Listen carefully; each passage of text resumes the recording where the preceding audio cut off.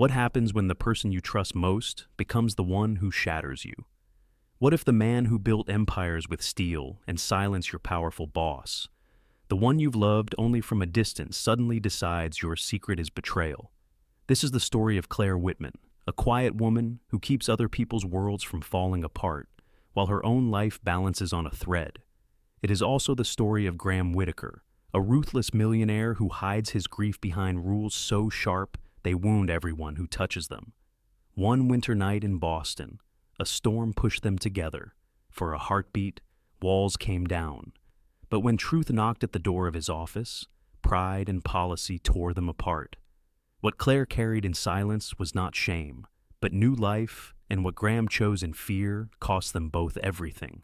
From the glittering halls of Boston's elite to the salt-washed porches of a coastal town, their journey asks the hardest questions: can love survive? Betrayal? Can forgiveness rewrite a legacy? And what does it truly mean to build a home? Stay with us. Like this video, share it with someone who believes in second chances, and subscribe to the channel as we begin. Secretary hid her pregnancy from her ruthless millionaire boss. What he did next shocked everyone. On a night of chandeliers and donations, a woman in a borrowed dress counts minutes instead of money. In a city that worships legacy, she carries a truth that could cost her job, her reputation, and the only man she has ever loved from a careful distance. Snow moves across Back Bay like breath on glass. Inside the Whitaker Foundation Hall, the air is warm and perfumed, a mix of peonies and old mahogany. Coats vanish into a check room that smells faintly of cedar. Silver glints. Names with their own gravity drift across the room, each one a kind of currency. A quartet tucks winter into their strings and makes it sound expensive. Claire Whitman works at the edges where things fray. She smooths a seating chart with the heel of her hand and shifts a place card half an inch so two men who stopped speaking years ago won't be trapped shoulder to shoulder. Her dress is navy, hem taken up by a neighbor with a patient needle. The zipper catches at the waist, a small reminder that her body is keeping its own counsel. She lets it be. The clipboard is steady in her hands. The pen has a click that keeps her mind in rhythm. Caterers rush through a side door with trays of scallops that steam against the cold. Claire intercepts a server, replaces a chipped champagne flute with one that will not end up on a donor's lap. She checks her watch, feels the minute hand push her toward a point she isn't ready to meet. In the balcony's shadow, she sights the lectern, the microphone, the small glass of water placed exactly right for the man who will speak. Graham Whitaker stands where light finds him. The tuxedo fits like a rule. His voice slides through the room in measured lines, seasoned by New England and a lifetime of self-control. He thanks patrons for caring about ports and families and the future of the coast. He folds in a clean announcement about a partnership that sounds like a promise and a warning. Beside the stage, a photograph of his mother rests on an easel. It shows a woman with a scarf tied in a way no one ties scarves anymore. Eyes bright, chin lifted into wind. When the MC mentions that photograph, Claire watches a flinch pass through Graham like a ripple under ice. He contains it so quickly most people miss it. She does not. Noticing is her vocation. She files the detail the way she files delivery schedules and ferry timetables. Pain has a pattern. It leaves fingerprints in posture, in tone, in the way a man smooths his cuff just before he says a thing he doesn't wish to say. Applause climbs the chandeliers and hangs there. Claire gives a cue to the quartet. She guides a late arrival to the far table near the tall windows where snow puffs and sticks, then slides down. Her shoes pinch. She willed them to be comfortable, and they refused. She shifts weight to the ball of her foot and keeps moving. Small rescues are her specialty. A safety pin appears from nowhere to fix a hem. A donor's coat is reclaimed in under a minute as if magic were a service line item. The evening hums because she guards its seams. Under the navy fabric, an ache whispers. It is not pain exactly, more like a pulse that does not belong to the music. She counts backward without thinking. weeks marked by staff meetings, invoices, and the grocery circular with its corner torn off. The arithmetic returns an answer she does not say inside her own head. Saying it would change the air. She keeps breathing. She presses the clipboard to her ribs as if it could shield what silence is busy trying to grow. At the balcony rail, she watches Boston pretend it is not winter. Men tuck scarves into their collars. Women slip bare arms through crystalline air as if it would never turn on them. Claire's life hums in another key. A South Boston walk-up with thin walls and a view of the alley's green dumpster. A tea mug stained the color of maple. A jar with $8 in quarters and a receipt for boots bought on sale in March. She has never met a legacy. She has met mornings that kept moving even when her body begged for one more hour. Graham's voice returns and holds the room with a few exact words. His eyes move like a harbor pilot's, checking for storms no one else can see. When cameras swing toward him, he turns his jaw to the best angle and gives a clean line about the year ahead. The engagement announcement arrives without softness. It reads like a briefing. It lands like policy. Claire marks a checkbox on her program without looking at the paper. She knows where to stand so the florist can wheel in the second arrangement without blocking anyone's view. The narrator in her head, the one that preys on buses and in grocery lines, speaks now. Bless the women who keep lists no one else sees. Bless the ones who carry bandages in their purses, and crackers, and the phone numbers that save a day. Bless the bodies that know when the calendar is wrong, the hearts that wait for a kindness that may never be named. Bless the sisters and the aunties, the co-workers who throw themselves between a crisis and a headline. Make a way where there is none. Claire feels the prayer settle in her bones and steady her. She watches Graham step away from the lectern with a nod that reads as humility to people who do not know the cost. He shakes 5 hands, says 3 words that sound like congratulations back to him. The photograph of his mother in its simple frame stands like a lighthouse behind him. He doesn't look at it again. The rest is maintenance. Check the number of chairs at table 8. Replace a wax-dripped candle with one that won't sputter and die before dessert. Swap a seat so 2 women who litigated each other into exhaustion are placed with buffer zones of linen and strangers. A donor loses a cufflink the size of a dime. Claire finds it under a napkin where a child would have hidden a pea. She keeps smiling. She can feel her stomach turn at the scent of truffle oil and remedies it with a deep breath of cold air from the hallway where a door does not close all the way. A message lights her phone. The pharmacy on Columbia Road will close at 10. She does the math differently this time. Distance against snow, heels against slush, pride against practicality. The tote she brought for backup rides under a table. She tucks her clipboard into it and zips it halfway. A promise to return for the final sweep.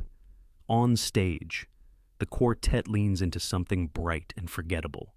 Snow thickens outside the old windows. Boston becomes a drawing in charcoal. Claire stands at the threshold of the coat room and watches fur and wool slide back onto shoulders. People leave in pairs. People leave alone. She retrieves her own coat from a wire hanger that does not love it and threads her arms through the sleeves like she is finding her way into a story and cannot tell if it is comedy or tragedy yet. At the exit, a draft lifts her hair. The door opens onto white and wind and a taxi light scanning for hands. She holds the handle a second longer than necessary. That's when she feels it, not a kick, not yet. Only the idea of one. A future inventing itself behind her sternum. She swallows. She does not cry. She has learned not to mark moments too loudly, in case the world decides to call her dramatic. She steps into the cold. The night closes around her in a hush that used to be church when she was small. Snow dots her eyelashes and wets the borrowed hem. The city glitters over her shoulder, all brass and promise. She turns left toward the bus that will leave in 6 minutes, whether she is on it or not. At the corner, the drugstore is warm and bright, the kind of light that shows everything. Claire puts gloves in her pocket and chooses a box with careful hands, the way she picks apples.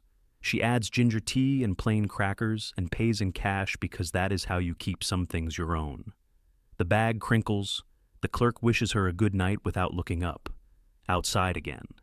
The wind tests her balance. She tucks the pharmacy bag deep into her coat, close to the place that aches. Buses sigh up to the curb and pull away, salt crusting their sides like old scars. She keeps her face into the weather and promises herself one more small mercy. She will not look until she reaches the kitchen light that knows her name. Some lives look ordinary from a distance. Up close, they are an orchestra only one person knows how to conduct, and no one thanks the conductor when the music never falters. Morning begins before the city fully stirs. At 5:30 a.m., the alarm on Claire's nightstand buzzes against a stack of unpaid bills and a paperback she has read 3 times. She rolls onto her side, feet brushing the cold edge of the sheet. The radiator clanks as if reluctant to do its work. She ties back her hair, pulls on wool socks, and knots the same scarf she wore all last winter. It still smells faintly of detergent and street salt. Memories folded into the weave. The bus rumbles down Columbia Road as the sky is still indigo. She climbs aboard, MetroCard tucked between fingers, her tote heavy with lists and yesterday's leftovers in a plastic container. Faces around her are blank with sleep, coats zipped to the chin. Claire leans against the cool glass, watching streetlights wink out one by one. By the time she reaches the Whitaker Maritime Tower, dawn has painted the harbor steel gray. The lobby marble echoes with her steps. Security waves her through without a glance. She has been coming here long enough to be invisible. Upstairs, the executive suite is still dark. She moves through it like a caretaker in a museum, switching on lamps, opening blinds to let the reluctant sun in, placing a fresh legal pad and sharpened pencil by Graham's chair. There is a snag in the wool upholstery. She smooths it with her palm until the fibers align. The small gesture, one more proof that she notices what others miss. The office will look untouched when he arrives, as if perfection happens on its own. The morning builds its tempo. A shipyard delay comes through at 7:12. Claire dials 3 numbers, speaks calmly to a man already shouting, and secures a backup barge. At 8:05, a partner in Rotterdam sends a curt email about currency fluctuations. Claire softens the reply, threading respect into the sentences until what could have been a quarrel becomes an understanding. She slips a plate with an apple and 2 slices of toast onto Graham's desk at 9:00, beside the black coffee he insists on. He eats half the toast without noticing, eyes on figures, but his body will thank her later. Graham enters like a man bracing against weather no one else can see. He is courteous in the way one learns to be when politeness is armor. His discipline is evident in every gesture, the pressed line of his suit, the measured way he reads contracts. Yet the photograph by the bookshelf tells another story. His late mother, smile warm, eyes laughing into wind. Claire dusts the frame once a week, though she suspects Graham himself rarely touches it. It is the only softness in the room. On the office wall hangs the policy manual, updated after the tragedy of Lydia Cross. Claire has never met Lydia, but knows the story in pieces. An assistant who crossed some invisible line, whose private life collided with work in ways whispered but never explained. The aftermath was severe, a rulebook that outlawed personal complications. The words are vague, but the meaning is sharp. They live like frost on every window of the tower, reminding Claire that she must be seamless, silent, efficient. The hours stretch. She tracks deliveries, checks contracts, fills silence with competence. People thank Graham for the success of the day. No one thanks her. That is the job, to erase her own fingerprints until only smooth glass remains. By 10 at night, the building empties. Cleaning crews hum through lower floors.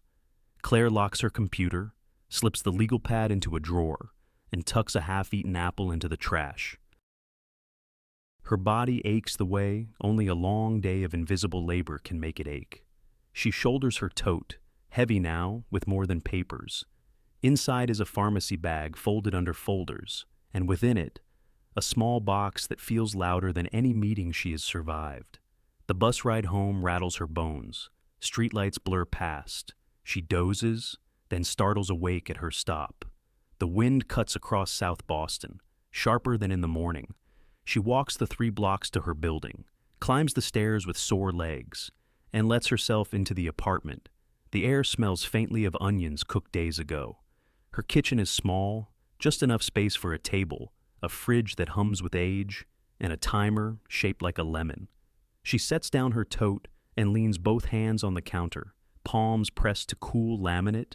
She thinks of her mother and grandmother, women with tired backs and strong hands who taught her that survival is an art. They never complained, at least not where anyone could hear. Claire feels them in her spine now, steadying her. She makes tea, the steam fogging the one small window. She places the box from the pharmacy on the counter, its corners pressing against her palm. She covers it with a dish towel, as if hiding it will slow time. The refrigerator hums like a tired voice in the next room. She watches the second hand on the clock creep forward.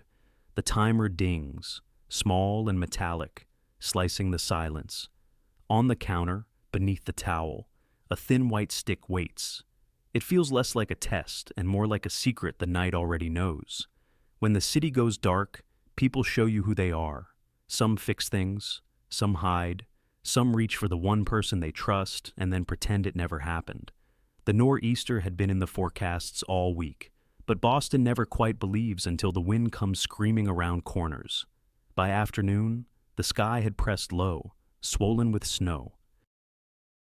By nightfall, the Whitaker Maritime Tower swayed faintly, a glass needle bracing itself against gusts off the harbor. Inside, fluorescent lights flickered, hummed, then stuttered into silence. The emergency system kicked in with a dull glow, casting long shadows over polished floors. On the 35th floor, Graham's office became a cave lit by one stubborn desk lamp and the blue-white light of his laptop screen. Claire stood at his side, clipboard useless now, phone pressed to her ear, listening to dead air before another call dropped. The port contract balanced on the edge of collapse. Trucks had stalled outside the city. Cargo ships waited at anchor, their lights bobbing like anxious stars. Each minute of silence cost money measured in millions. Claire's pen scratched backup plans on a legal pad, arrows looping across the page like lifelines. Graham read through clauses, lips moving in concentration, the lines between his brows deepening. They had done this before, in smaller storms, in quieter crises. He would decide, she would anticipate. The rhythm between them was practiced, not planned, like two musicians who somehow knew each other's cues. When his voice grew clipped, she slid him the document with the exact page flagged. When her call connected and a broker barked frustration, Graham leaned in, his voice steady, lending weight to her calm tone. Snow slammed against the windows. The wind howled like an animal shut out.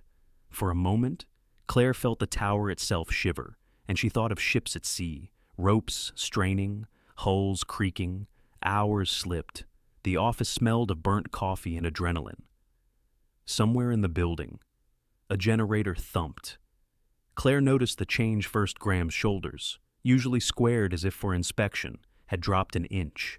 He looked at her, not past her, not through her, but at her. Gratitude softened the hard edge of his mouth. Grief passed over his face like a shadow of his mother's photograph, still standing silent by the bookshelf. The room seemed smaller in that moment, warmer, human. Claire felt her own breath catch, as if the storm outside had knocked the air from her chest. She didn't step back, neither did he. The boundary cracked like ice under weight. His hand brushed hers when she passed him the pen. His gaze held longer than it should.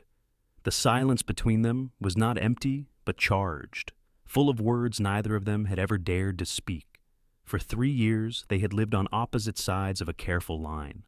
Tonight, the line dissolved. It lasted only a heartbeat, long enough to mean something, too short to claim. Graham pulled back first, with the force of a man bolting a vault shut. He cleared his throat, reached for his coffee as if it could excuse the shift, and said the word mistake with a precision that cut. His apology was colder than the wind rattling the panes. His posture warned her this was why the policy existed, why nothing human could be allowed to grow here. Claire felt heat rise in her chest, but steadied her hands. She made the final call, spoke calmly to a port manager whose nerves were frayed raw, and secured the shipment with terms that would hold. Her voice did not tremble. Her fingers flew across the keyboard, sending the last email before midnight. She clicked send, logged the confirmation, and laid the pen down with the exactness of ritual. Graham nodded once, no more, no less. A nod between professionals, not people. The storm outside might have ripped roofs from houses, but inside this office, the damage was invisible, private. She gathered her tote. The lamp flickered again, threatening to die. "Get home safe," was all he said. Claire almost smiled. Safety was never the point. The lobby smelled of wet wool and diesel. Few taxis braved the streets. She pushed through the revolving door into a world blurred by sleet and headlights. Snow soaked the hem of her coat in minutes. She clutched the tote close, feeling the hum of her own pulse low in her body. By the time she reached her apartment, her gloves were soaked, her teeth aching from clenched cold. She turned the key and stepped into the quiet, peeling off layers and hanging them on a chair. The kitchen light glowed yellow, faithful. She caught her reflection in the bathroom mirror. The woman looking back at her seemed older, sharper, but softer around the eyes. Almost herself. And not quite. In the trash, under the last week's circulars, lay the stick she had covered with paper. 2 pink lines waited in silence. The secret she had carried into the storm and brought home again. Not every beginning is loud. Some begin under a kitchen light, with a woman counting breaths and promising to become a shelter for someone she has never seen. The clinic smelled of antiseptic and lemon, a brightness that tried too hard. Claire sat on the papered table, hands folded, shoes tucked beneath the chair, as if neatness could disguise her nerves.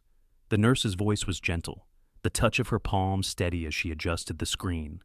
And then, suddenly, the room changed. A flicker, faint but certain, pulsed on a monitor no bigger than her hand. A sound followed soft, irregular, like rain against a roof at night. Claire blinked, but it didn't go away. It was not her own heartbeat. It was smaller, faster, new. For a long moment she could not speak. The nurse gave her a small smile, not too wide, as though she understood the weight of silence. Claire nodded, once, to show she had seen, and the nurse printed a photo that curled warm in her fingers. Outside, the storm had passed. Snowmelt ran along the edges of the street, gray water swallowing grit and salt. Buses hissed as they braked, passengers hurrying on with heads bent against wind that still stung. Claire walked home with a paper packet of vitamins tucked into her tote, the photo folded carefully between pages of a notebook. Her boots soaked through, but she didn't notice. The sound of that heartbeat was still in her ears, louder than traffic, steadier than the city's hum. At home, she boiled water for oatmeal, watching steam cloud the small kitchen window. She tore open the vitamins, shook one into her palm, and swallowed with determination that felt like a vow. She pulled on a sweater layered over another, a shield against cold and against the gaze of others. She opened her notebook and began her math. Rent, groceries, bus fare, a line for baby clothes she hadn't yet bought. Each number stretched thin, like elastic on the verge of snapping. Still, she found ways to make it hold. When her eyes burned from the figures, she reached for the policy binder tucked in her desk drawer. She read each line again. The words about personal complications sliced clean as blades. She thought of Lydia Cross, the name whispered like a warning through the tower's halls. A woman erased but never forgotten. Her story turned into regulation. The weight of it sat heavy in Claire's chest. She closed the binder but couldn't close the fear. She made her choice in the quiet. Silence. She would carry this secret alone, not for herself, but for the small life that hadn't asked for rumor or risk. At the office, she adapted. She traded her morning coffee for decaf, poured into the same paper cup, no one noticing the difference. She kept almonds in a small tin in her drawer, crackers wrapped in tissue for the nausea that struck like clockwork at 10 and again at 4. She learned to shift her weight, hand pressing briefly against her lower back before letting it fall when footsteps echoed nearby. She kept her blouses loose, her cardigans long, her smile in place. The lobby displayed the new engagement photographs, glossy prints of Graham and Victoria framed in gold. They looked like a snow globe couple, frozen in charm, untouchable, perfect, but cold. Claire passed them every morning with her badge held up to the scanner, her expression neutral. She knew her role efficient, invisible. Days blurred into weeks. Snow turned to slush, and sidewalks became rivers of gray water. Claire kept her routines. She checked contracts, soothed tempers, wrote notes in her careful hand. At night she came home to her apartment, the hum of the refrigerator her only company. She laid out her numbers on the table, rows and columns that never added up easily.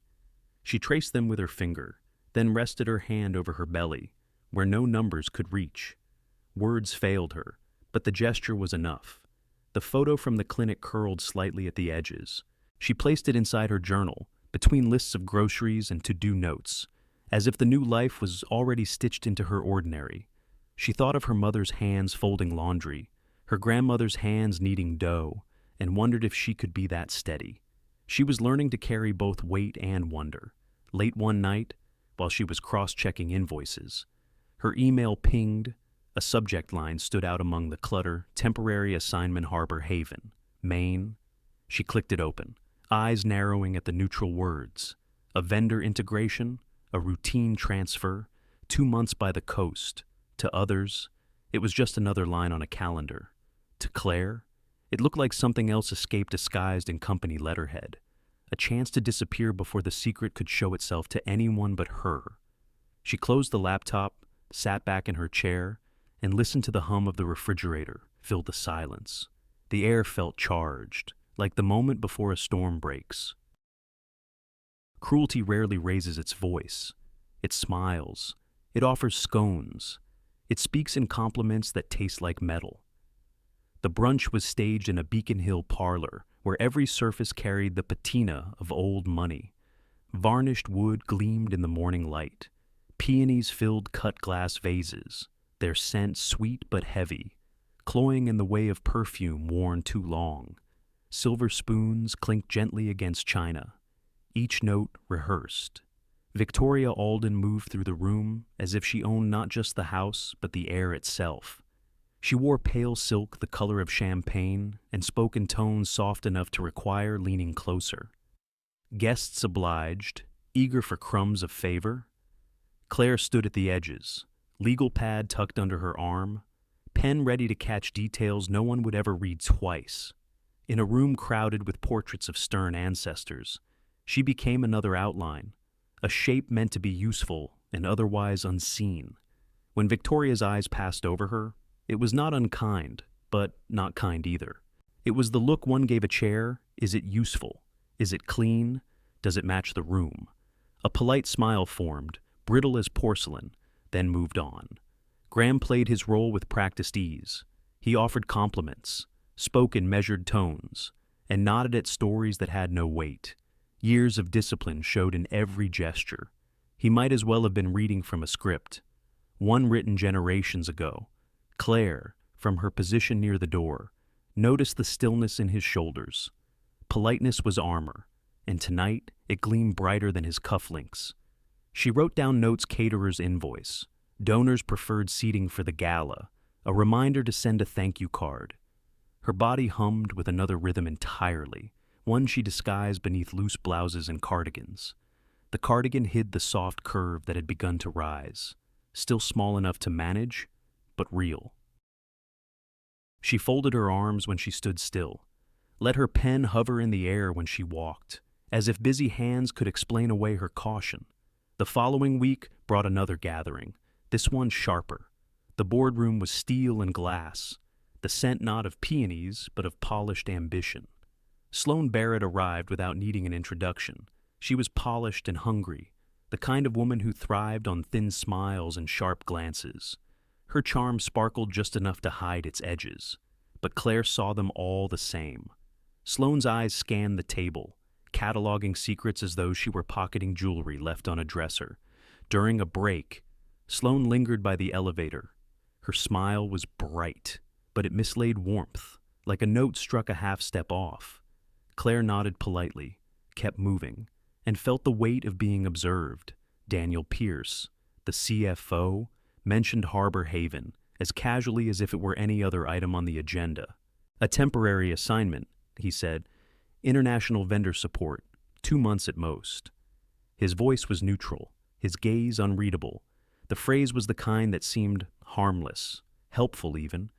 But Claire's chest tightened. She nodded, as if the words meant only spreadsheets.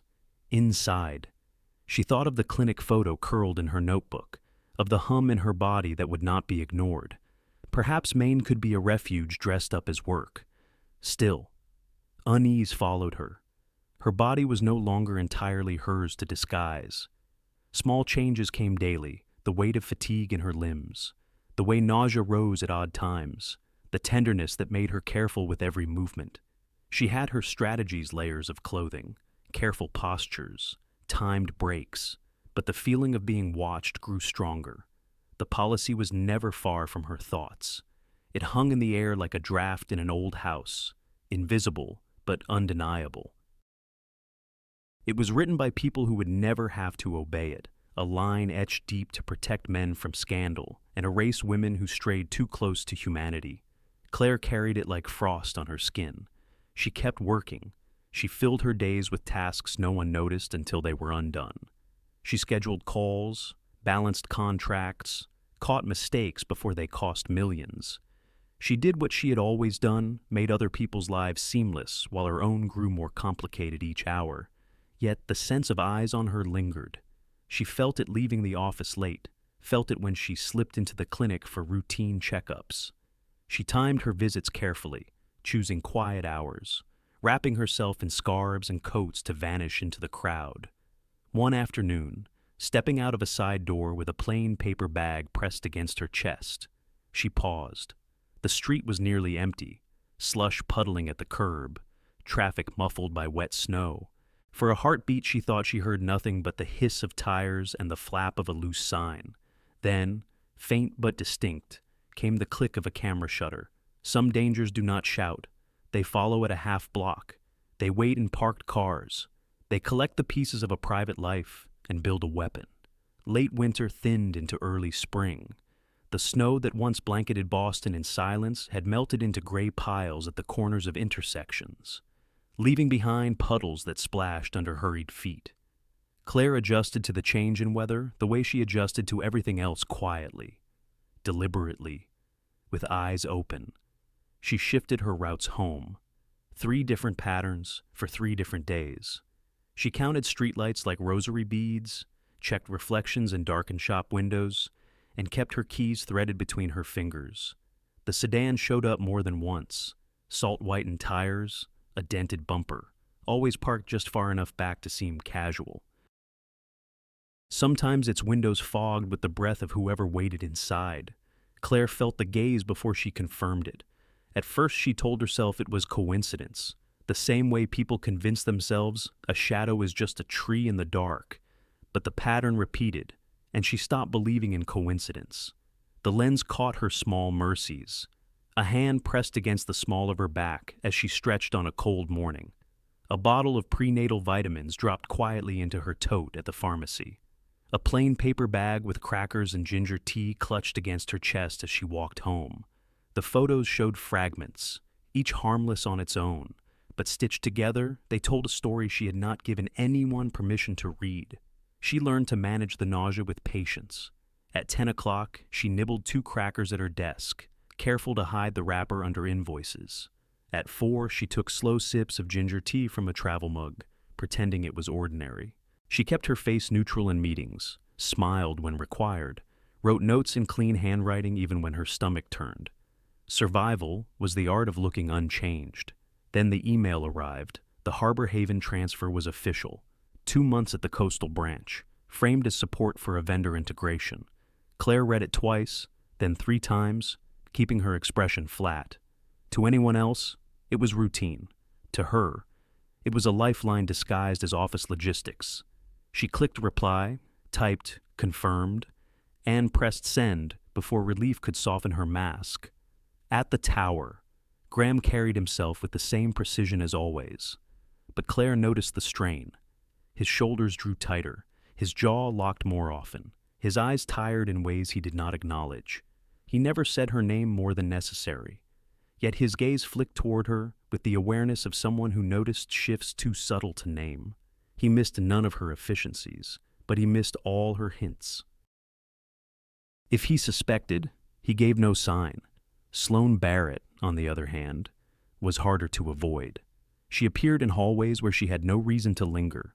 Her heels clicked too slowly, her phone always angled just enough to suggest a photo could be taken in an instant. Her smile, polished and bright, carried the satisfaction of someone waiting for confirmation of what she already believed.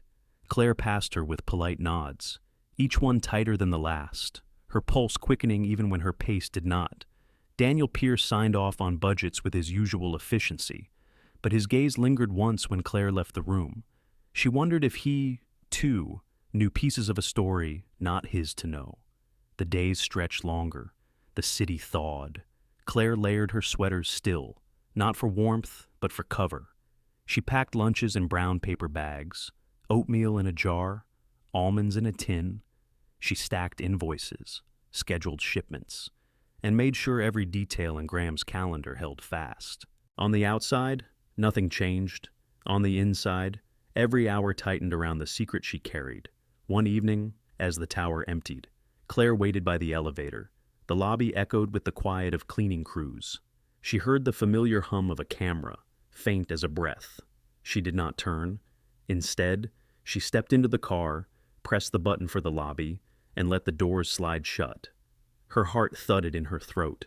Above her, somewhere in the building, an interoffice envelope was already moving, thin, heavy with glossy prints. It rode another elevator without stopping. Inside were photos of vitamins, crackers, and a woman's hand resting for a moment on her belly.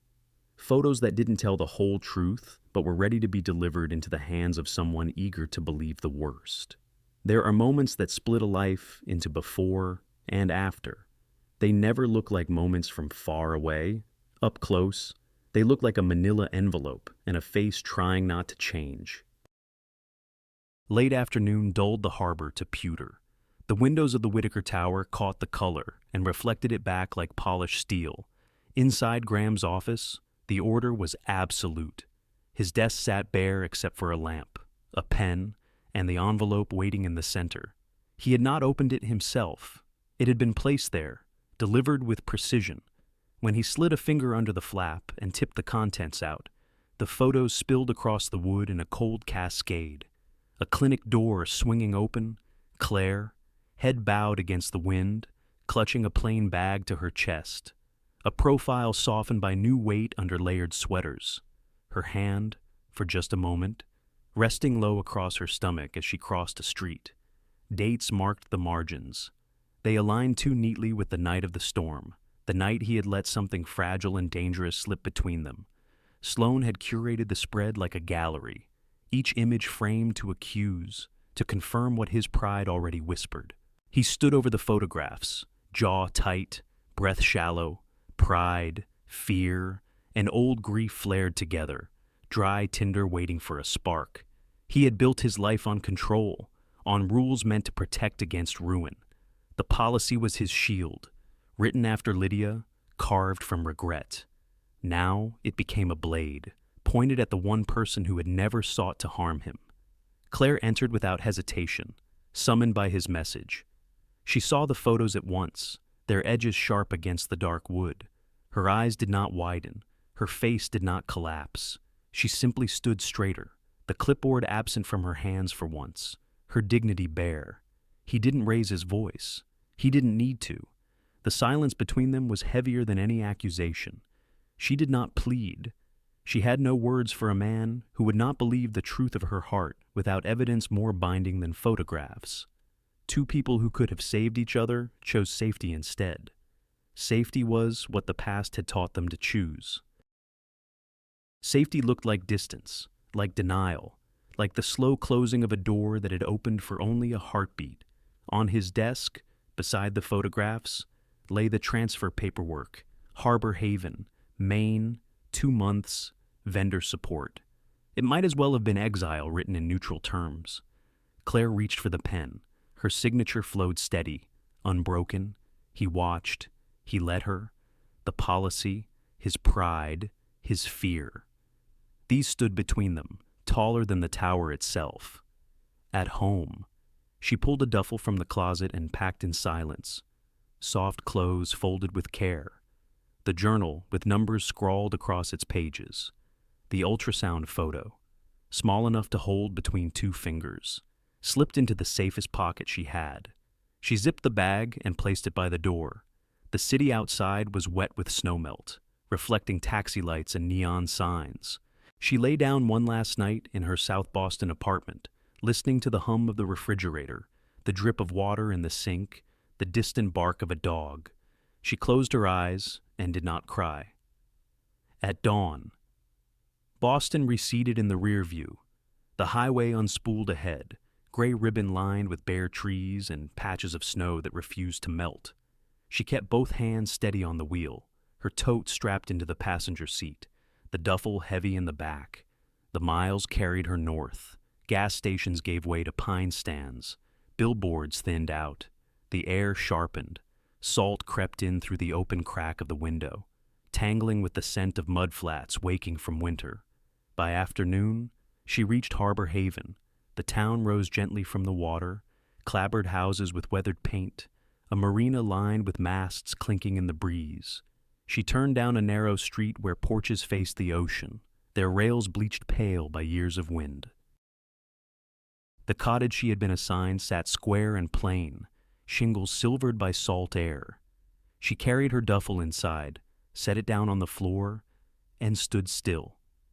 The silence here was different, not empty, but vast. She stepped onto the porch. The sea air filled her lungs, cool and bracing.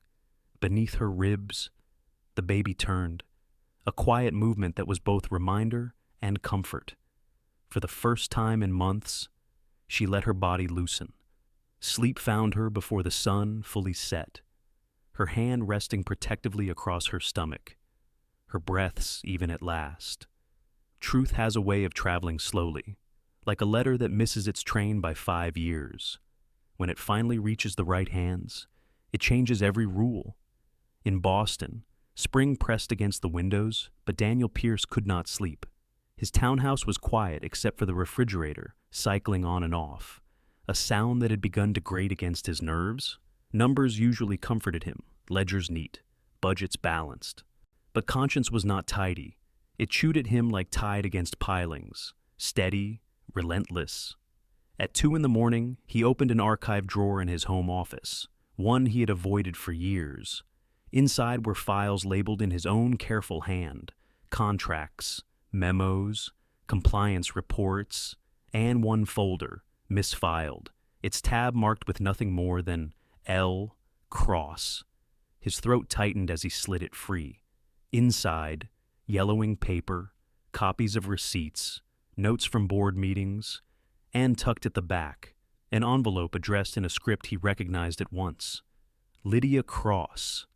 He unfolded the letter with unsteady hands. The ink had faded, but the words carried force. Lydia wrote of threats whispered in hallways, of a transfer offered not as advancement, but as escape. She named the source of the pressure, Sloan Barrett. She explained funds had been diverted, not by her, but laundered through accounts Sloan controlled. She had meant to clear Graham's name, to save the company's reputation, but fear drove her out before she could deliver the evidence. Daniel read the letter twice, then a third time. Shame rose in him like a tide. He had signed off on policies built from assumptions, from lies dressed as prudence. He had let silence serve as truth. He pressed the paper flat against the desk, the weight of his complicity pressing harder still. By morning, he was in the tower, waiting outside Graham's office. He carried the file under his arm, his suit rumpled from a night without rest. When Graham finally looked up from his desk, Daniel closed the door and set the folder down. "I should have found this years ago," Daniel said, his voice low, unsteady. Graham opened the folder, scanned the letter, and stopped breathing for a moment that stretched too long. His hand tightened against the page. His mother's photograph glinted in the corner, silent witness. The policy he had written, the rules that had shaped years of lives, shifted shape before his eyes. What once looked like prudence now stood revealed as a monument to a lie. Lydia had not betrayed him. Sloane had. Grief broke the room open. It moved through Graham's body like an old wound reopened, raw and wet. For a moment he leaned back, covering his face with his hand, the mask gone. When he finally spoke, his voice was stripped down to bone. It was her, all along. Daniel nodded, shame heavy in his eyes. I'm sorry. The engagement with Victoria Alden ended that afternoon. Graham chose his words with the same precision he used in contracts. Polite, clean, sharp as a scalpel. No drama, no explanation offered beyond the necessary line. This arrangement no longer serves either of us. The board erupted in protest. They spoke of optics, of stability, of markets and reputation. Voices rose, chairs scraped. Graham heard none of it. In his ears was the sound of a heartbeat on a screen he had never seen, the sound of a woman leaving because he had told her to. By evening he was back in his office, packing a small bag, no speeches drafted, no stories spun, just shirts folded into a carry-on and the folder with Lydia's letter tucked between them. He turned off the lamp, closed the door, and walked out of the tower that had been both his kingdom and his cage. The airport smelled of coffee and disinfectant, familiar and impersonal. He boarded a northbound flight as the sun bled out behind the skyline. Through the oval window, Boston spread below, streets threading like veins, the harbor dark pewter under clouds. As the plane lifted, Graham looked down at the city that had taught him to hide, to trade feeling for safety. He wondered if the coast ahead could teach him something new, the courage to tell the truth, even when it cost him everything. Apologies count more when they cost something. A man who once valued control opens his hands on live television and lets go. The Boston Morning Show had expected markets and forecasts, safe talk about shipping lanes and quarterly stability. What they received was something else entirely. Graham Whitaker sat beneath studio lights that burned warmer than they looked. His suit was plain gray, his tie unremarkable, his posture unarmored. The host asked her practiced question about mergers, but he didn't take the bait. Instead, he looked into the camera as if speaking to one person, not millions. I need to start with what I did wrong. The room went still. Even the host shifted slightly, her cue card suddenly useless. He continued, voice low but steady. I failed someone who deserved better. I believed photographs instead of a woman's truth. I enforced a policy built on a lie and used it to wound the person least likely to hurt me. I won't explain it away. There is no excuse. He let the silence sit. The sound crew fidgeted. The host pressed her lips together. He named Lydia Cross next. Years ago, a woman in this company was blamed for misconduct that wasn't hers. Her name was stained, her story rewritten. We have since uncovered evidence that clears her entirely. That evidence is with the authorities now. The manipulation came from someone else, Sloane Barrett, and her actions cost more than reputations. They cost lives. Lydia deserves better than silence. Today, I clear her name in full. His voice roughened on the last sentence, but he did not falter. Then came the announcement no one had expected. I am liquidating 60% of my personal holdings. Those funds will seed the Harbor Light Foundation, dedicated to supporting single mothers, coastal child care, and working families who keep communities alive. That means ferry vouchers so parents can reach jobs without choosing between rent and gas. That means expanding the clinic in Harbor Haven, which will bear Lydia's name, so no woman there stands alone. He paused, folded his hands, and looked down for a moment before lifting his eyes again. I am stepping back from daily leadership. Daniel Pierce will serve as interim CEO under independent oversight. The company doesn't need me at the helm as much as my family needs me as a man who finally tells the truth. At the end of the day, love and family are the only measures that make sense. The camera held his face longer than usual. No one in the control booth cut away. The host murmured a closing line, but the story had already been written in the air, miles away, in a cedar-shingled rental by the marina. Claire watched from the worn couch. The baby stirred against her shoulder, one small foot pressing into her palm as though testing the world. Sunlight slipped through the curtains, gilding the floor. She listened without moving, her breath shallow, her heart cautious. The words did not erase what had been done.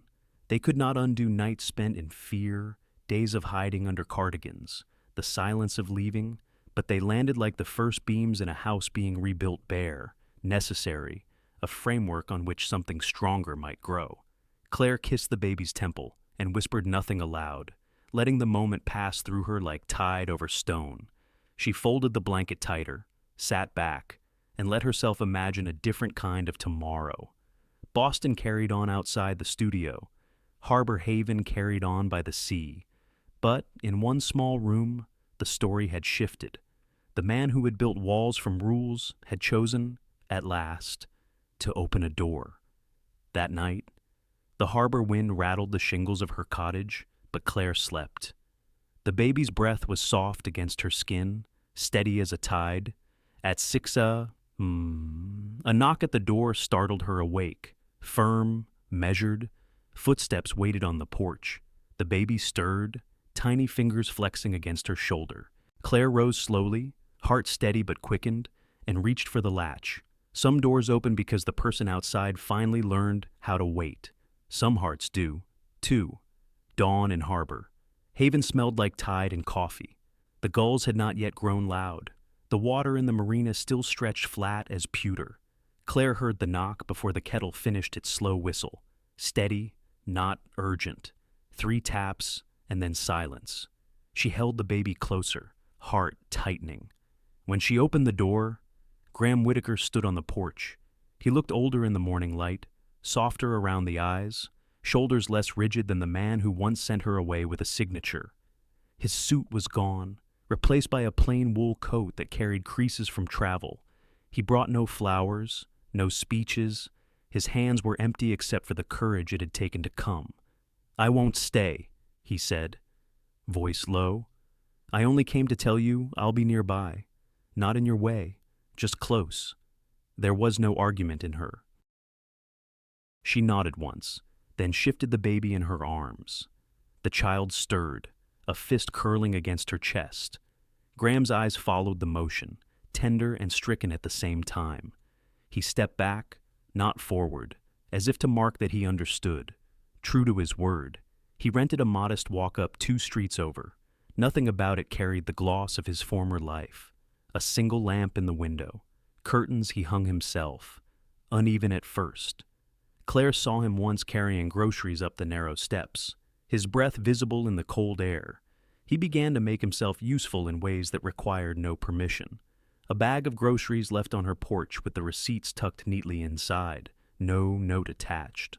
A quiet donation routed to the clinic for a hospital-grade pump mothers could share, the kind too expensive for small towns to buy alone. Volunteer hours at the community center, where he helped assemble cribs in a room that smelled of sawdust and new paint. Claire noticed without acknowledging, she was newly postpartum, body tender, heart stretched in ways she hadn't known possible.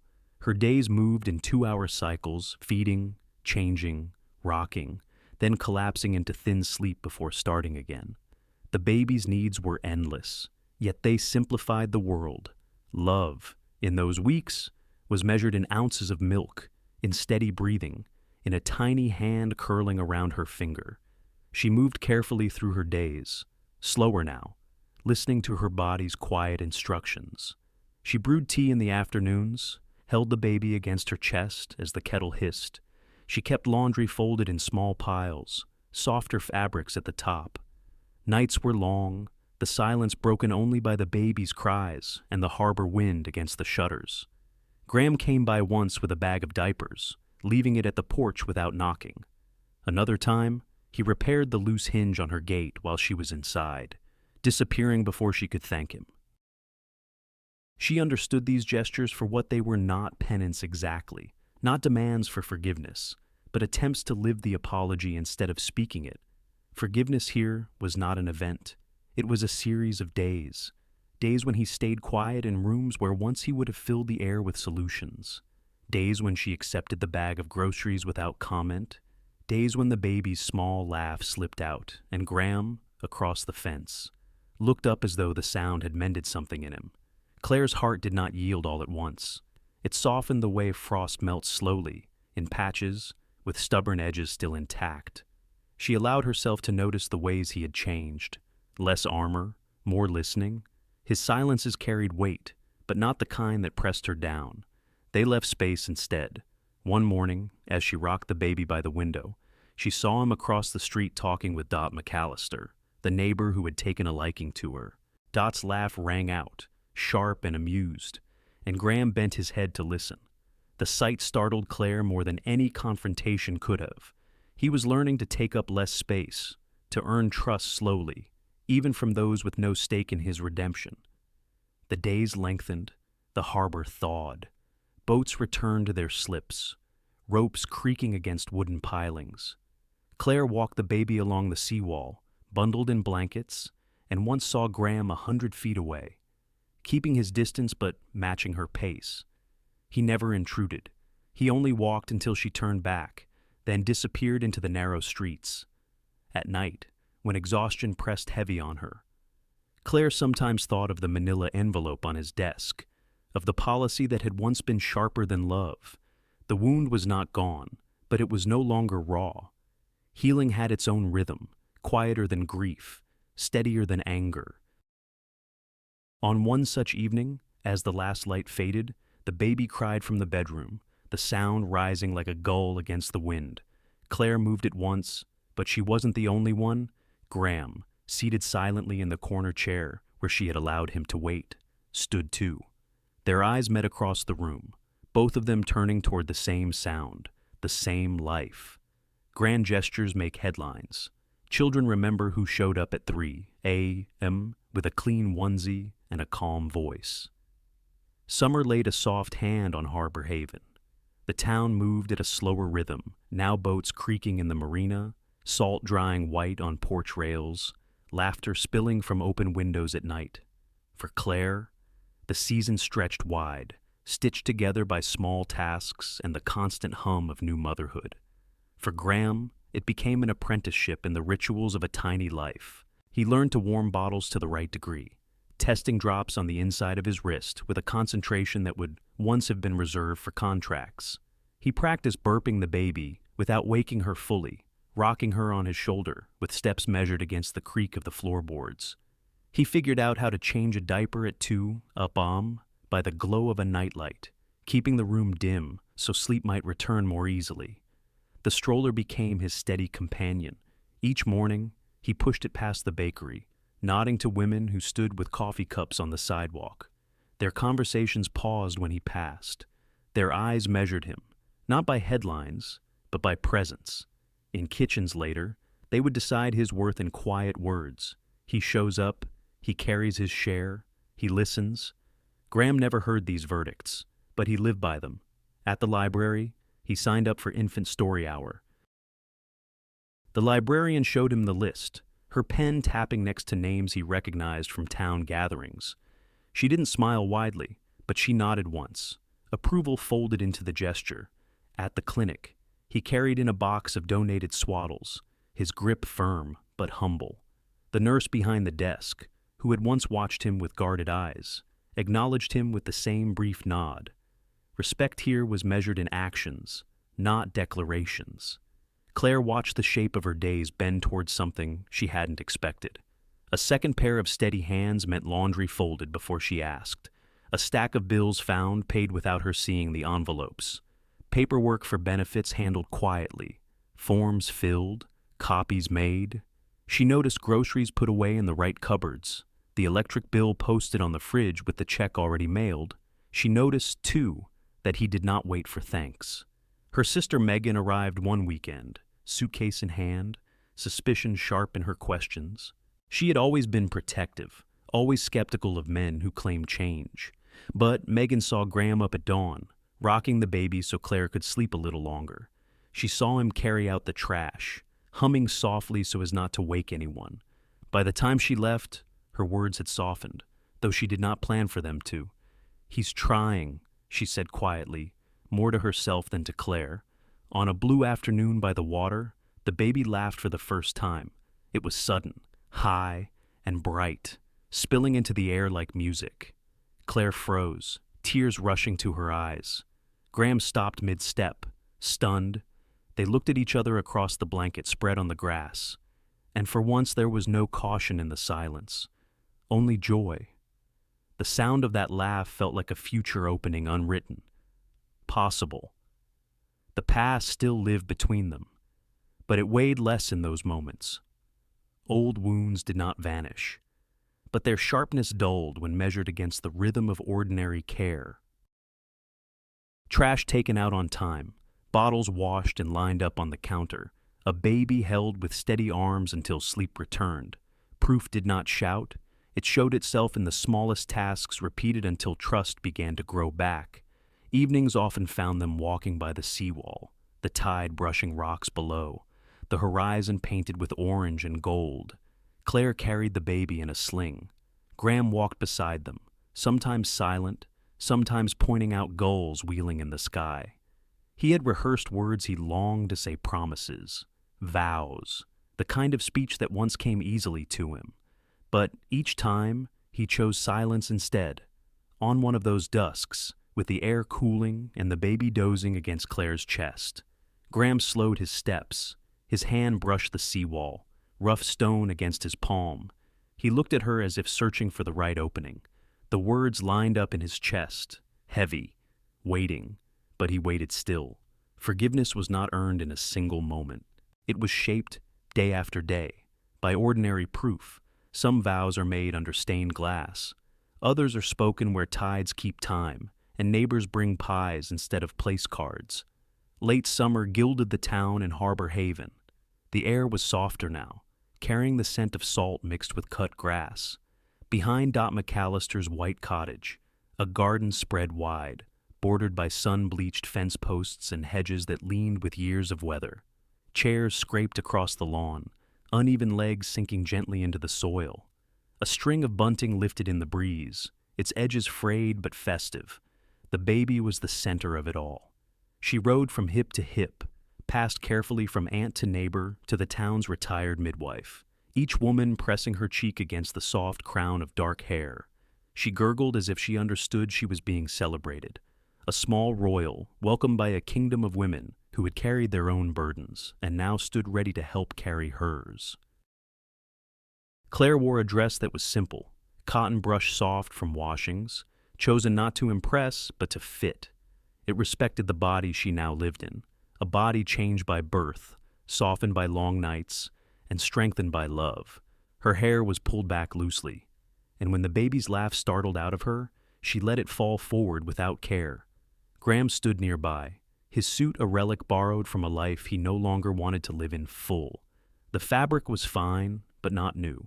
The tie slightly crooked, the collar open at the throat. He looked less like a tycoon and more like a man older, gentler, his face lined with both regret and resolve.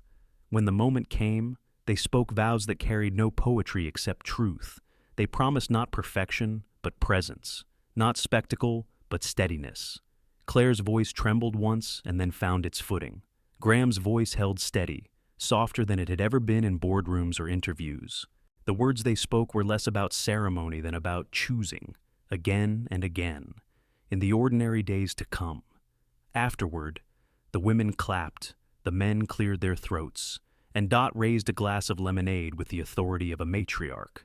The baby waved her hands as if to bless the gathering. Beyond the garden, the world turned on. The Harbor Light Foundation released its first annual report that week. The numbers mattered because stories stood behind them, a mother who kept her job because a ferry voucher arrived on time, a father who attended his daughter's recital because childcare no longer cost half his paycheck, a clinic room named for Lydia Cross where new names would begin with more safety than hers had. Back in Boston, the company had reformed. Daniel Pierce held the line on family-first policies. supported by a board no longer allowed to operate in shadows. Graham consulted part-time from Harbor Haven, his desk facing water instead of a skyline, his phone calls measured against the rhythm of tides. As dusk fell, the guests drifted home with leftover pie slices wrapped in foil. The bunting sagged, the chairs leaned, and the cottage windows glowed with lamplight. Claire and Graham carried the baby down to the seawall. They slipped off their shoes, let their toes touch the cold Atlantic, and sat close as the horizon drew a violet stripe across the sky. The baby pressed her palm against Graham's jaw, small fingers tracing as if memorizing the shape of the word father. He closed his eyes for a moment, the gesture undoing him more than any headline ever had.